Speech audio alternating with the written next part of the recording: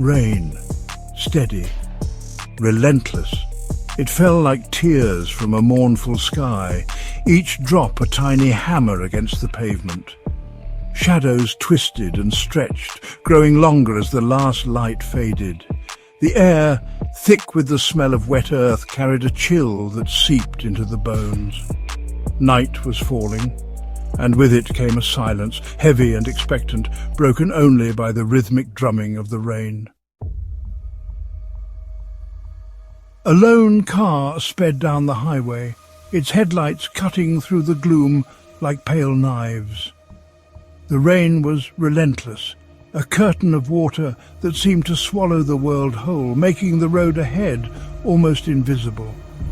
Inside, a young man, John, gripped the steering wheel, his knuckles white. His eyes darted between the road and the clock on the dashboard. He was late, much later than he intended, and the storm showed no signs of abating.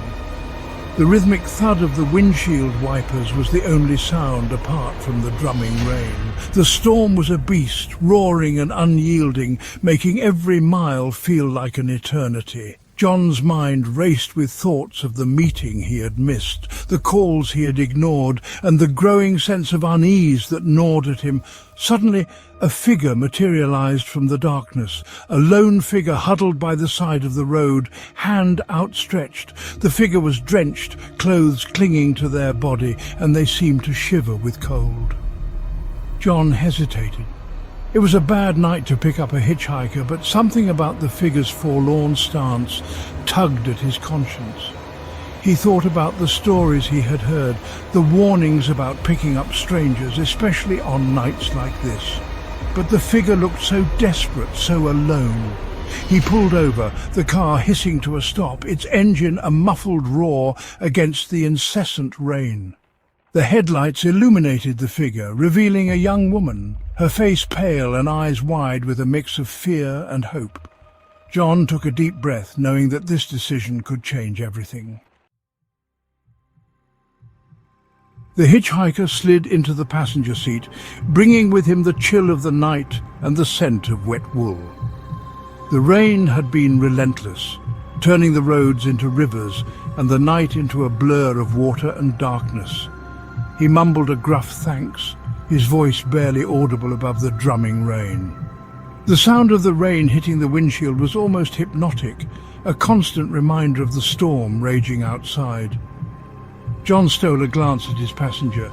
The man's face was obscured by shadow and the brim of a rain-soaked hat. He seemed weary, as if the weight of the world rested on his shoulders. His clothes, dark and nondescript, clung to his gaunt frame. The fabric was soaked through, clinging to his thin body, making him look even more fragile. "Bad night to be out," John offered, trying to break the ice. The silence in the car was thick, almost as heavy as the rain outside. The hitchhiker grunted in agreement, his gaze fixed on something in the distance.